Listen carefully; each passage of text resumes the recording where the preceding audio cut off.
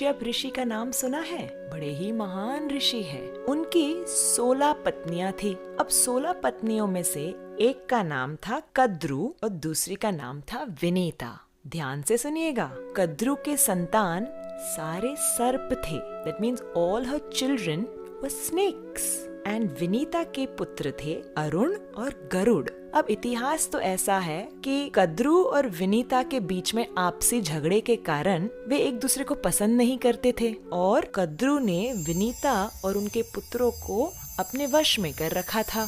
गरुड़ जी ने बहुत तपस्या करके स्वर्ग से अमृत प्राप्त किया और अमृत के द्वारा अपनी माता विनीता और अरुण और स्वयं को कद्रु के कब्जे से आजाद कर दिया। तब से गरुड़ को सर्प के प्रति बहुत ही ईर्ष्या है। तब से गरुड़ जी और सर्प की बनती नहीं है और जहाँ भी सर्प देखते गरुड़ उसे खा जाते। Wherever he would see snakes, he would eat all the snakes। अब जो स्नेक्स की माता थी कद्रु, ये देख के उसे बहुत टेंशन होता था कि मेरे सारे परिवार को ये खा जाएगा। कद्रु गई ब्रह्मा जी के पास। ब्रह्मा जी मेरी सहायता कीजिए, मेरी मदद कीजिए, ये गरुड़ तो सारे सर्पों को खा जाएगा, हमारा समाज समाप्त हो जाएगा, कृपया हमारी रक्षा कीजिए। अब ब्रह्मा जी गरुड़ के पास आते हैं और गरुड़ से कहते हैं, गरुड़ इतना सारा विध्वंस तुम मत करो इन सर्पों का। एक योजना बनाते हैं जहाँ हर अमावस्या पे तुम्हें एक सर्प मिल जाएगा, तुम उसे खा लेना तुम्हारे भोजन की तरह, तुम अन्य सर्पों को भयभीत मत करना। गरुड़ जी मान गए और इस योजना के अनुसार हर अमावस्या पे एक एक सर्प के परिवार से एक सर्प गरुड़ जी के पास पहुंच जाता था। अब ऐसे करते करते कालिया नाग के परिवार का टर्न आ गया। He had to send one snake to Garuda जी। कालिया ने कहा, मैं नहीं भेजूंगा, मेरे परिवार से कोई सर्प नहीं जाएगा। और गरुड़ जी यहाँ वेट कर रहे हैं, देखा तो ये सर्प तो आया ही नहीं और गरुड़ जी जा झपटे कालिया के ऊपर। घमासान युद्ध हुआ, स्वर्ग से लेके कालिया भाग रहा है और गरुड़ जी उसके पीछे, उसे नोचने के लिए, उसे परेशान करने के लिए उसके पीछे पीछे जा रहे हैं। कालिया गए ब्रह्मा जी के पास, त्राही माम मुझे बचाओ, गरुड़ आ रहा है। ब्रह्मा जी ने कहा, देखो तुमने तुम्हारा वचन नहीं निभाया, तुम्हारा टर्न था ना स्नेक भेजने का, तुमने क्यों नहीं भेजा? अब मैं तुम्हारी कोई मदद नहीं कर सकता। कालिया यहाँ जाए वहाँ जाए, बचाओ, कोई नहीं बचा पा रहा था और गरुड़ जी तेज गति से उसके पीछे आ रहे थे। कालिया तब अंत में जाते हैं अनंत शेष के पास, जो कि बलराम जी हैं। त्राही माम रो रो के मुझे बचाइए। अब बलराम जी का हृदय तो बड़ा कोमल है। अनंत शेष कहते हैं कालिया से, कालिया तुम व्रज में यमुना नदी में जाकर छिप जाओ, वहाँ तुम्हें गरुड़ नहीं परेशान करेगा, वहाँ तक तो वो आ भी नहीं सकता, यमुना का जल छू भी नहीं सकता। कालिया कहते हैं, अच्छा मुझे बताइए क्यों, ऐसा क्यों है? तो अनंत शेष उसका इतिहास बताते हुए कहते हैं कि एक समय की बात है, यमुना नदी के अंदर शौभरी मुनि तपस्या कर रहे थे। In the water he was meditating और उस समय गरुड़ जी यमुना में से एक मछली को उठाते हैं भोजन के लिए। अब Garuda is an eagle, right? Eagles catch fish and they eat. So इस मछली ने शौभरी मुनि को प्रार्थना की, मुनिवर मुझे बचाओ, गरुड़ के मुख से मुझे बचाओ। और फिर शौभरी मुनि ने उस मछली को बचाते हुए गरुड़ को श्राप दिया, गरुड़ तुम इस यमुना के जल में जैसे ही छुओगे तुम्हारी मृत्यु हो जाएगी, ये मेरा श्राप है। तो इस श्राप के वजह से गरुड़ यमुना पे नहीं आ सकते हैं। अनंत शेष कहते हैं कालिया से, जाओ कालिया, अपनी पत्नियों को लेकर, बच्चों को लेकर, परिवार समाज को लेकर तुम यमुना में बस जाओ, गरुड़ तुम्हें वहाँ नहीं तंग करेगा। तो अब कालिया बसे हुए हैं यमुना के जल में। बड़ा ही अभिमानी नाग कालिया है और अपने विष से, बहुत भयानक विष से पूरे जल को दूषित करके बैठा था। कालिया सर्प के विष से बहुत परेशानी होती थी। उनके गाय जब वो जल पीते तुरंत मर जाते। अरे जल तो क्या, जब यमुना के ऊपर से पक्षियां उड़ती वे भी गिरकर मर जाती। इतना इतना जहर, इतना भयंकर जहर उगलता था। कृष्ण सोच रहे थे मैं कैसे इस कालिया को यमुना से निकालूं। रोज जब मैं गैयों को लेके आता हूँ चरने, तब दाऊ जी मेरे साथ होते हैं। बलराम जी बड़े भाई हैं मेरे, वो मुझे कभी यमुना के पानी में जाने ही नहीं देंगे। मैं अब ऐसे प्लान करता हूँ कि कल दाऊ जी का बर्थडे है, तो बलराम जी के जन्मदिन पर हम ऐसे प्लानिंग करेंगे कि उन्हें हम साथ में लेकर ही नहीं आएंगे यमुना के तट पर, उन्हें हम घर पर रहने देंगे। तो जब बलराम जी घर पर रहेंगे, कृष्ण अकेले रहेंगे मित्रों के साथ, तो कृष्ण ने सोचा मैं तब जाके यमुना में कूद जाऊंगा और कालिया को सबक सिखाऊंगा। जिस दिन बलराम जी का जन्मदिन था, कृष्ण उसे छोड़कर गैयों को लेकर यमुना के तट आते हैं और वहाँ पे जैसे ही गाय वहाँ पहुँचती है, एक एक एक करके मर जाती है। सब सखाएं घबरा जाते हैं, कृष्ण कृष्ण हमारी गैया को बचाओ बचाओ, पानी पीते ही मर गई, कालिया का इतना भयंकर वहाँ पे विष है, कुछ करो कन्हैया। कृष्ण वहाँ आके अपने कोमल हाथों से जब गैयों को प्रेम करते हैं तो गैया जीवित हो जाती है।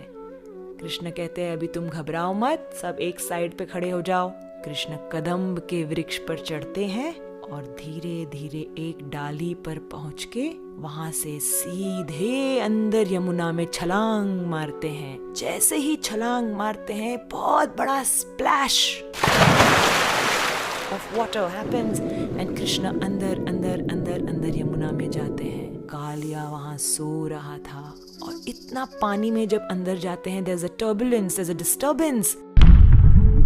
कालिया की पत्नियां कहती हैं, अरे बालक तुम यहाँ क्यों आए? क्या तुम्हारी कोई गेम यहाँ आ गई? क्या तुम्हारा कोई बॉल यहाँ गिर गया? जल्दी जाओ यहाँ से। अगर हमारे पति ने तुम्हें देख लिया तो तुम्हारी खैर नहीं, तुम्हें मार डालेगा। तुम यहाँ से चले जाओ बच्चे, चले जाओ। कन्हैया कहते हैं, देवी मुझे तुम्हारे पति से ही मिलना है, मुझे कालिया से ही काम है, उठाओ उसे।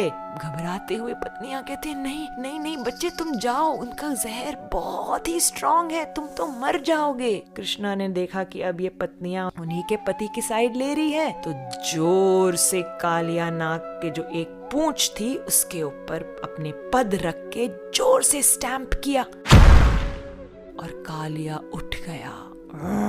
इतने सारे उनके हजारों फण थे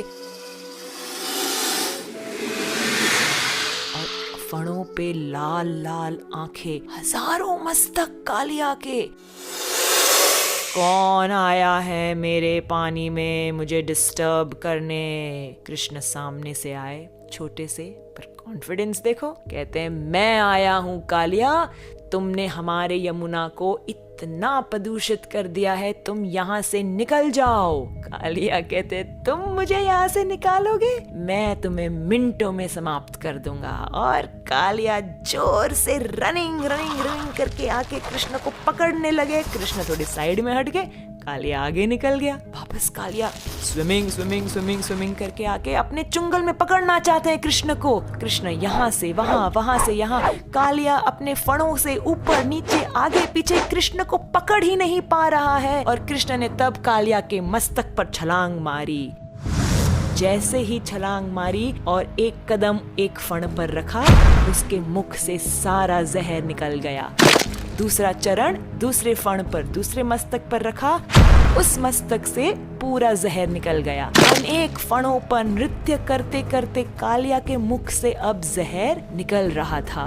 ये करते करते करते पानी से ऊपर आए, बाहर आए यमुना से। और ये दृश्य ब्रजवासी देख के बड़े ही घबरा गए। हमारा छोटा सा बच्चा कालिया के मस्तक पर, घबरा गए। माँ यशोदा बेहोश हो गई। नंद बाबा तो अंदर कूदने ही जा रहे थे। बलराम जी ने रोक दिया, पिताजी मत जाइए, कृष्ण संभाल लेगा।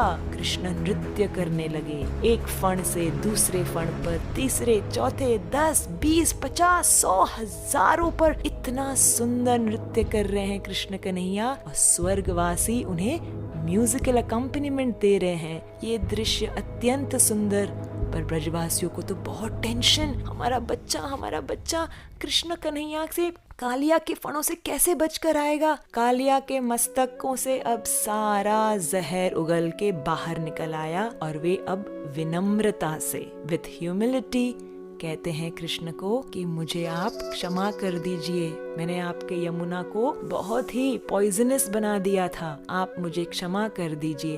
कालिया की पत्नियां भी बहुत ही प्रार्थना करती है कृष्ण से, आप हमारे पति को क्षमा कर दीजिए, आप क्षमा कर दीजिए। कृष्ण बड़े प्रसन्न होते हैं इन प्रार्थनाओं से और कहते हैं कालिया यहाँ से तुम निकल जाओ, अपने समाज को लेके निकल जाओ, मेरे ब्रज के वासियों को परेशान मत करना।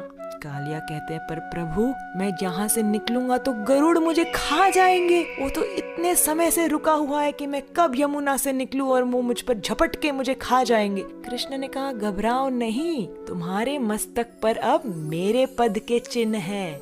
Seeing my footprints on your head, Garud will not trouble you. Kaliya तुम निश्चिंत होके यहाँ से निकल जाओ।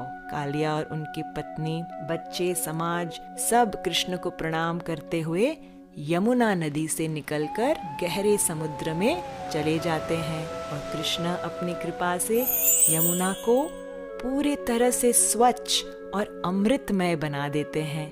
ये देखकर ब्रजवासी, ग्वाल बाल, सखा, गोपियां इतने आनंदित, जय जय कृष्ण तुमने कर दिखाया, तुमने हमारे